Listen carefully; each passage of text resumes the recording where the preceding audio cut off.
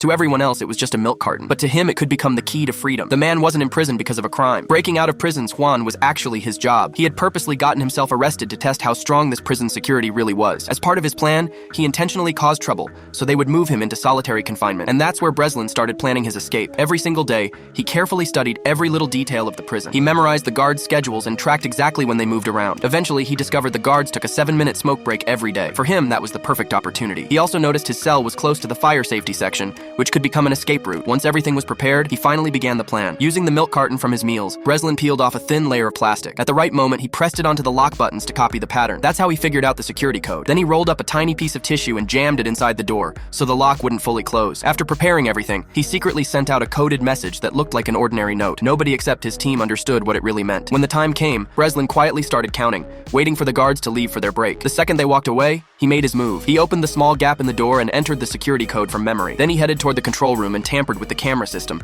making it look like he was still inside his cell. After that, he crawled through the ventilation system and reached the fire department section. At the exact same time, his team caused explosions outside using vehicles, throwing the entire area into chaos. Alarms started blasting everywhere. The guards rushed inside to check the prisoners. Meanwhile, the firefighters started preparing for the emergency, and that gave Breslin his chance. He quickly dressed like a firefighter and hid underneath one of their trucks. The moment they exited the prison, and everyone got distracted fighting the fire, he slipped out unnoticed. Then he quickly jumped into a getaway car that had been waiting for him the entire time.